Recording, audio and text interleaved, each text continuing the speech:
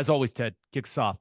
Who do you have as your winner of the weekend? It's kind of tough because the OU Texas softball series has not concluded. Yeah. Bedlam baseball has not concluded. Now that I think about it, we were recording at a terrible time, but it's just you've got stuff going on this afternoon. I'm sorry, but the women's Final Four or the women's championship game hasn't been played. I but we're doing our best, people. We're doing our Yeah. best. Well, on that's kind of the winner is the national championship matchups we got. For the men, Purdue and UConn. Mm. I don't know if it's what everyone necessarily wanted, but I think you got the two best teams. All right. So two best teams to square off and see who gets the national championship. I think that one's going to be a lot of fun. And even for the women, that's going to be interesting. You got Iowa and South Carolina. See if for the television ratings, I think that's probably the best bet that they could have got. So it's going to be fun, man. I think the matchups are interesting for the Purdue UConn game. It's it's what you want. The two best teams playing for the championship on the final game. I I'll be the first to admit I do not enjoy watching Purdue play. I don't. I'm a bigger fan of spreading things out, but that doesn't mean I don't respect the absolute hell out of that team. I got a ton of respect for Zach Edey and the way that he's improved over the last couple seasons. It's just not extremely aesthetically pleasing for me to watch. I like watching UConn more. I think UConn's going to win the game.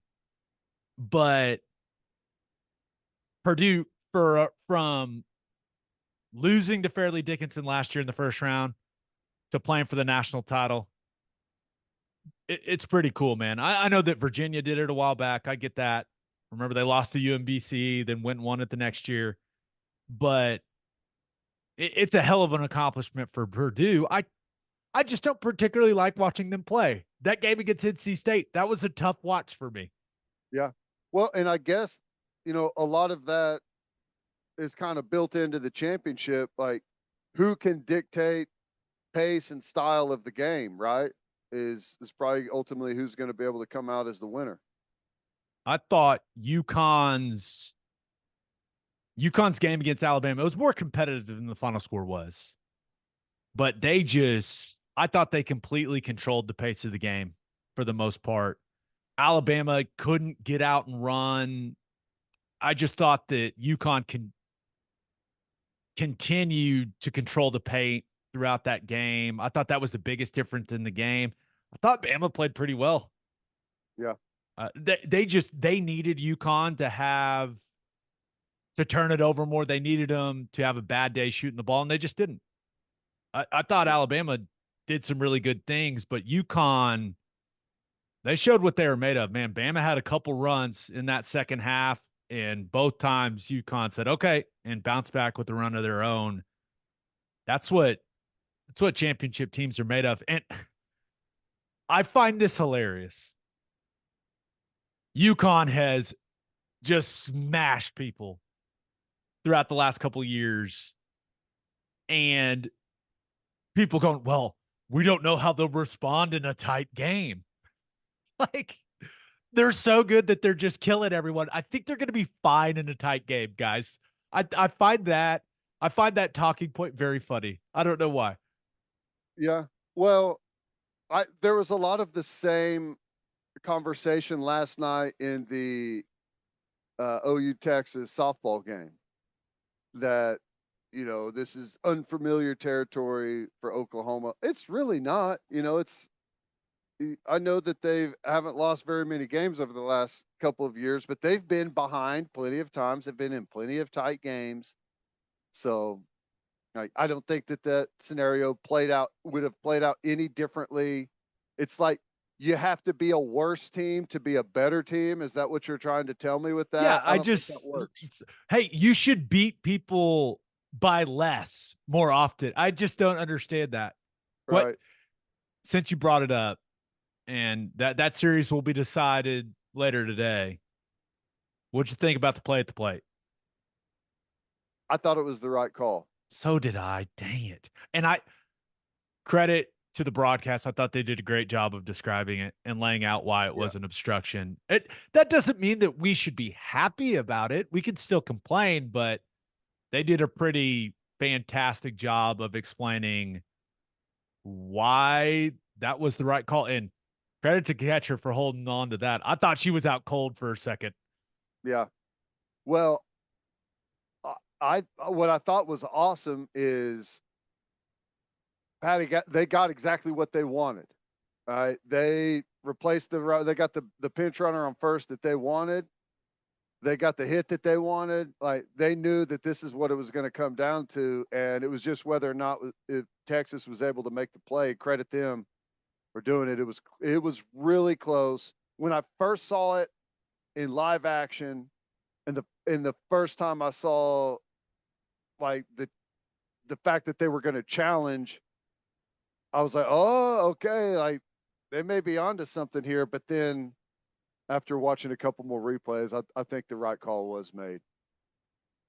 Ultimately, got a got a pretty lucky break too with Yes, I forget who it was for Texas that was on left second, on left second. Yeah, early, but that's what kind of left the door open for Oklahoma in that game. Let's just that be was a real. huge swing. Yeah, because it was 4-1 Yeah, and goes back to 2-1 with an out. Like there was bases loaded with no outs, I think, or something was the situation. Now, yeah, that was huge. is that But the only rule that penalizes a team more than a team fumbling through the end zone? I mean, that is a like that it is a is. brutal punishment of a rule. It was. Yeah.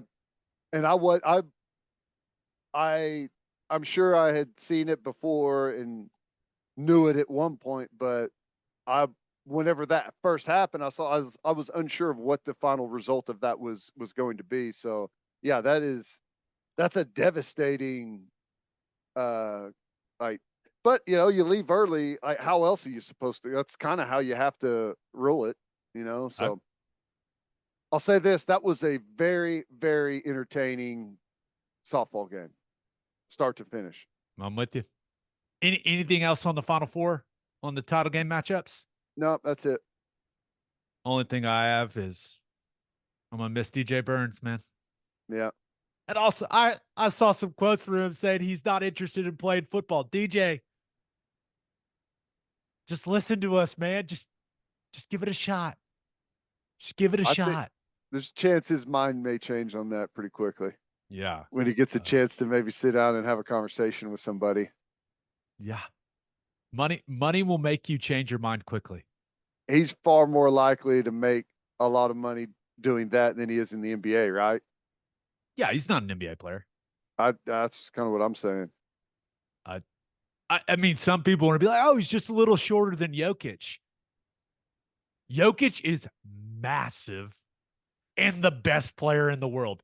Please don't compare DJ Birds to Jokic, people. Yeah, there's a lot of people that are just a little shorter than Jokic. That doesn't Yeah. really mean anything. He's like guy could see things before they happen. He's like a basketball genius. I just want to see a couple pass sets, DJ. That's it. We can get to run blocking later. Can you protect or can you not? That's all I need to know. That's right. Who do you have as your loser of the weekend? Oh, I had to go with the Arlington Renegades. Oh, what a Mm. good game. It was a fun game, entertaining game, back and forth, tight, missed a late field goal. And then the defense had played really sharp most of the day and then gave up some big chunk plays there at the end and field goal ended it for them.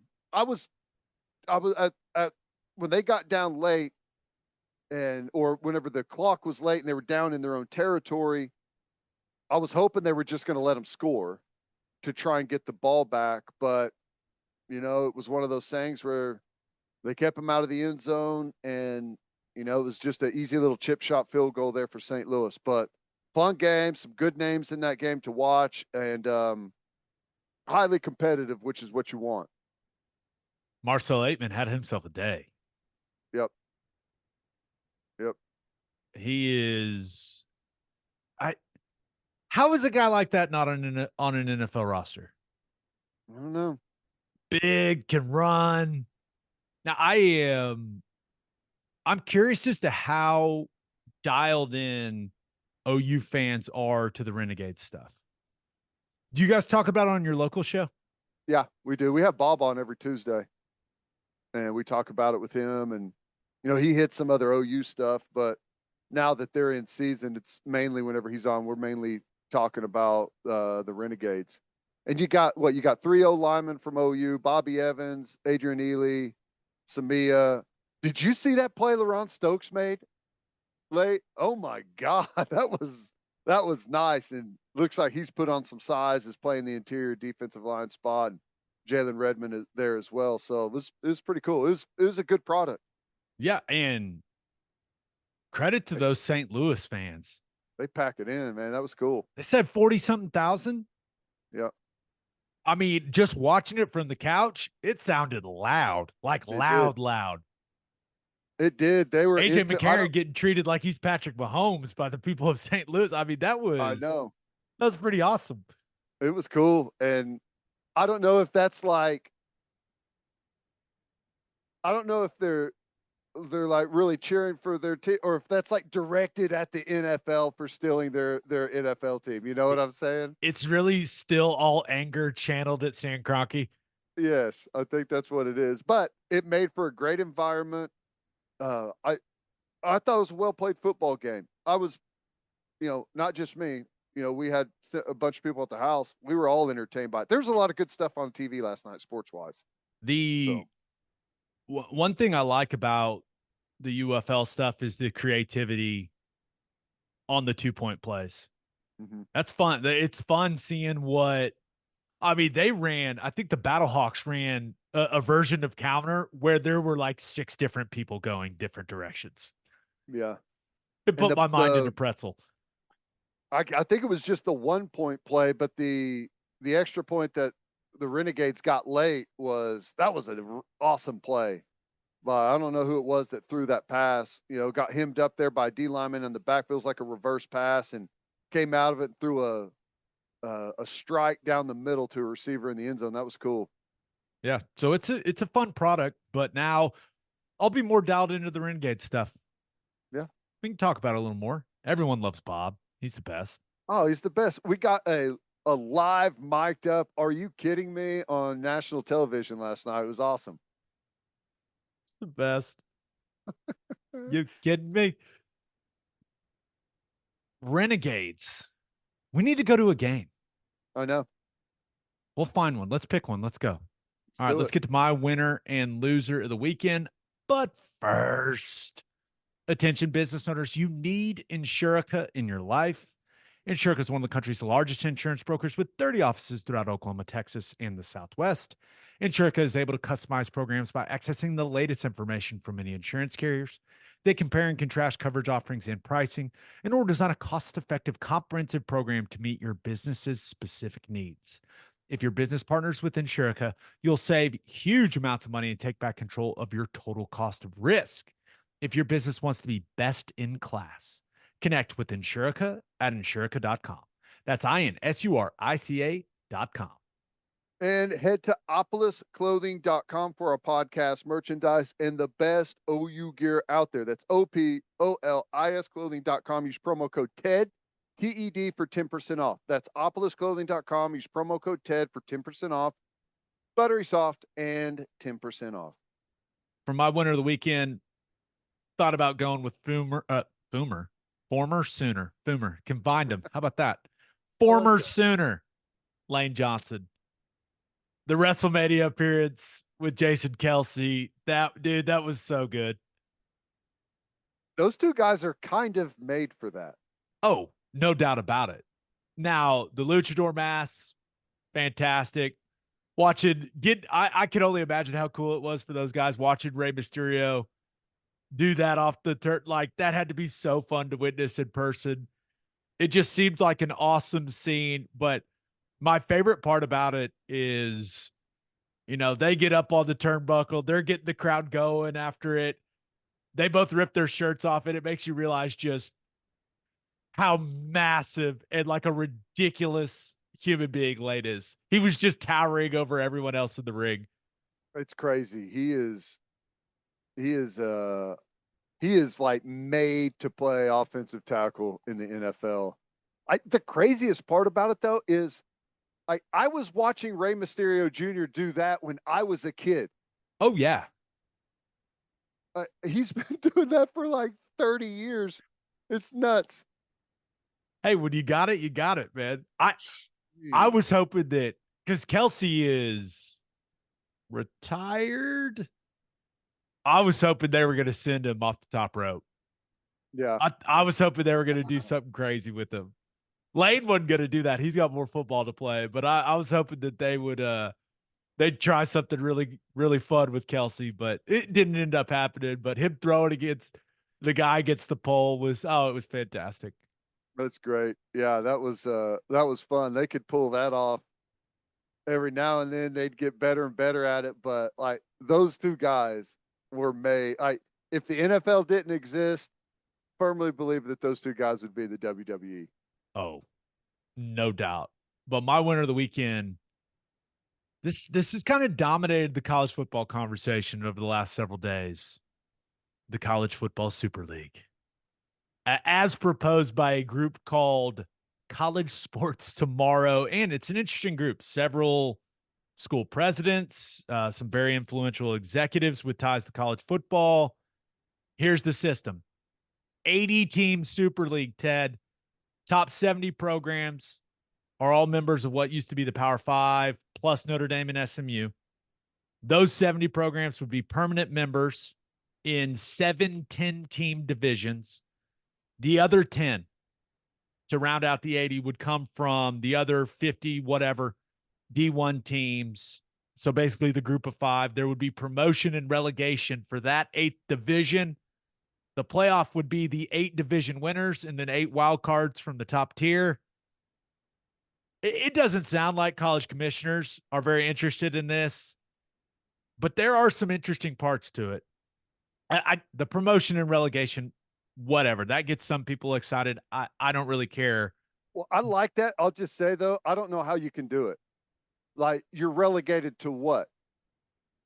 The To second tier league, yeah, I don't know. the other system is going to be operated differently than this one. Yeah, Like so I think the things that you are going to be able to do in this league are illegal in the other, right? So I don't know how that would work. I I do think the most interesting part of it when it comes to this proposal is the fact that the players would be treated like employees and a lot of things would be collectively bargained. NIL or whatever you want to call that, transfer portal, salary structure, possible benefits, that would all be collectively bargained with a union representing the players. And now I'm not sure how all of this would work with the TV deals that are already in place. That seems like a very large hurdle to work through. But I think the thought process is you would sell this whole thing as one TV package, just like the NFL does. There are some bits and pieces that are interesting to this. I don't think it's going to happen anytime soon, but everyone is talking about it. And the fun thing is that OU would clearly be part of the 70 permanent members, and you start thinking about who would be in their division and all that type of stuff. It's kind of a fun mental exercise. Well, it's a fun mental exercise until you see what some of the proposed divisions look like, right? Because for Oklahoma, it's you would basically get the worst of both worlds, SEC and Big 12. Like, I don't know how you would convince Oklahoma fans who are ponying up for season tickets because of how awesome our schedule is the next 2 years to go from playing that back to playing your Big 12 schedule again, basically. Right. That I don't think that that would go well. But, and the other thing is like, I don't know that the SEC and the Big Ten would divvy it up, but I do think that there's some things in this that are like, leave the division stuff alone. I do think that there's going to be a top division of college football that is kind of governed in a different way than the rest. How many? I don't know how many teams are going to be in it. I know the SEC and the Big Ten are going to be in it, and maybe you have to be in the SEC and the Big Ten to be in it at some point. But the players, the collectively bargained part, I think all of that stuff is coming. I don't know about the divisions and what it's all going to look like. You college football's got to figure something out. Mm-hmm. And this proposal, I don't think this is what it's going to end up being. I think the top tier group, whatever you're going to want to call it, the Super League, I think it's going to be a smaller group than 80. But I do think, I appreciate the effort that people are trying to figure this out, because ultimately the NCAA and these schools are going to continue to get sued over a lot of this stuff. And they're going to be on the hook for a lot of money. And they got to get to a structure that can no longer be viewed as illegal In the courts nonstop. Yeah. in the court. So something's going to change. I just don't know exactly what it's going to look like, but I think college football is going to look more like this proposed Super League than what it looked like, 2 years ago. Yeah. I just ultimately, I think that people are hoping that the big time decision makers in college football are going to do what is best for the sport as a whole. But then the SEC and the Big Ten are making way more money than everyone else. It gives them a competitive advantage. Why would they want the system to change other than the legal aspects of what a lot of their, member schools are either dealing with or going to deal with? I think like the near term is because you've already collectively bargained the television stuff from a conference standpoint. So really all you have to do is declare the players as employees in the conference, and then the SEC players union. So all of like they negotiate that stuff within the SEC and within the Big Ten. Like that's kind of how I would see it going currently to get through it. And I don't know if that's possible, but the players being employees is coming soon. I mean, that is going to happen. Yeah. I don't know But what the timeline looks like exactly, but it's going to be there. I, I appreciate the discussion that this whole thing has kicked off. And we've been talking a little bit about this for a while now, but to see someone actually put a plan out there, put their name on it, there's some influential people attached to it. Just interesting, man. And you get the feedback, right? Yeah. What do people want? What do they not want? What can be done? What can't be done? And then you make some changes and you come up with a new proposal. Like you're never going to change unless people start throwing some stuff out, like putting some actual people behind it and throwing stuff out there to see what sticks. My loser of the weekend.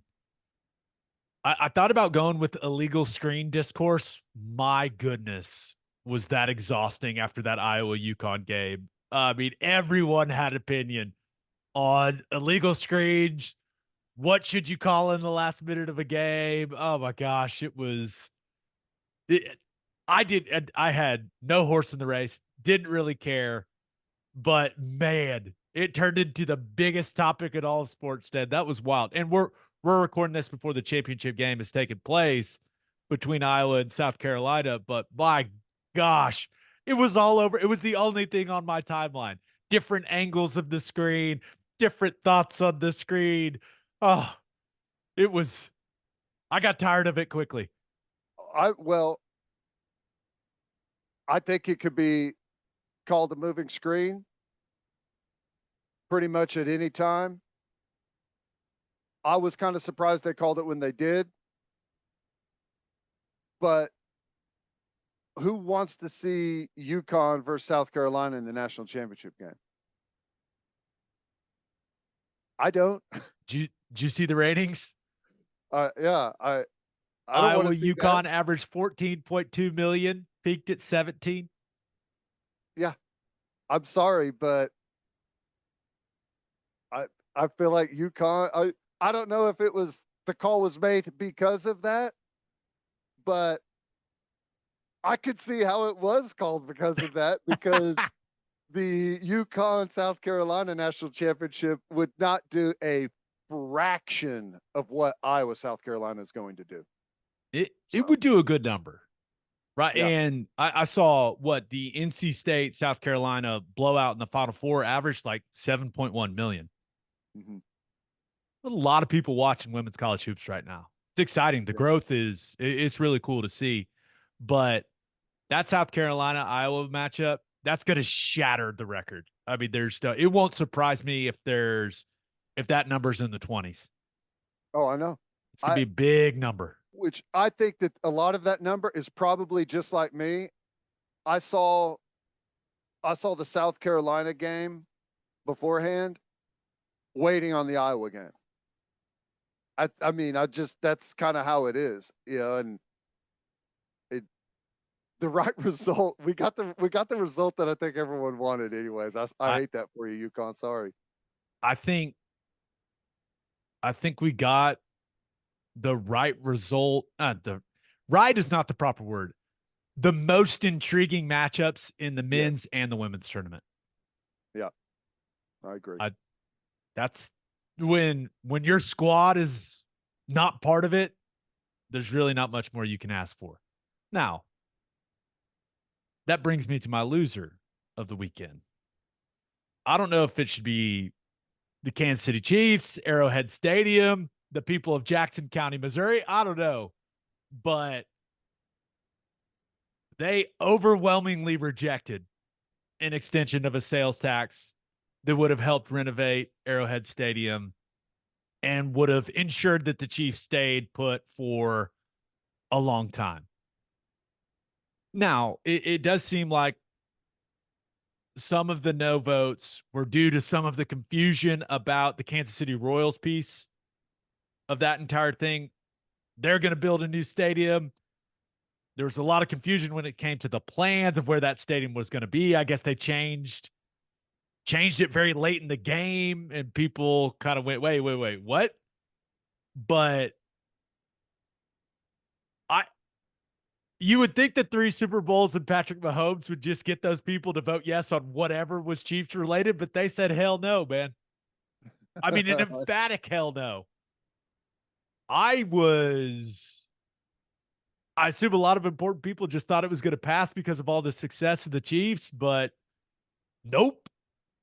Yeah, that's crazy. I'm kind of with you on that. I don't know. You know, it is interesting that Arrowhead's got to be one of the oldest stadiums left, right? 52 years old. Now, of course, Yeah. they've kept it updated and all these things, but yeah, 52 years is what I read. Yeah.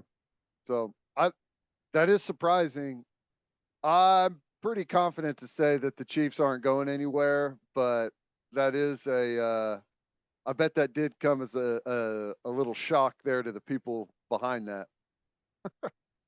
It was like a 58% no vote. It wasn't close, man. Yeah. So I I'm interested to see. But hey, do the teams come back with a different proposal and they vote on it again? Uh, I don't know, but I guess there's a spot by the Kansas Speedway in Kansas City, Kansas, that a lot of people think makes a lot of sense for a new stadium for the Chiefs. And you've got different people voting on that, right? You'll have Kansas taxpayers. Are they willing to vote for it? I saw the Dallas mayor is, I mean, very openly lobbying to bring the Chiefs to be the second team in Dallas. Eric Johnson, it's like it's a perfect opportunity. Dallas is huge. New York's got 2 teams. LA's got two teams. Dallas should have two teams. Come on, Patrick Mahomes and the Chiefs. And Clark Hunt lives, the owner of the Chiefs, lives in Highland Park in Dallas. So there's some interesting wrinkles to all of this. You've got the face of the league on your team. You've had an incredible amount of success.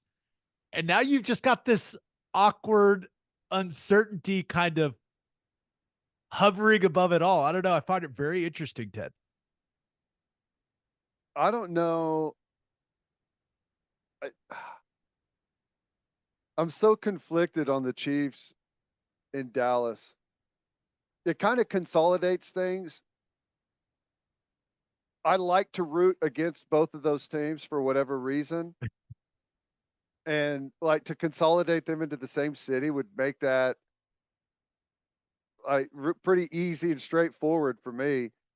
I'm assuming if that happened, they'd both use the same stadium like they do in New York.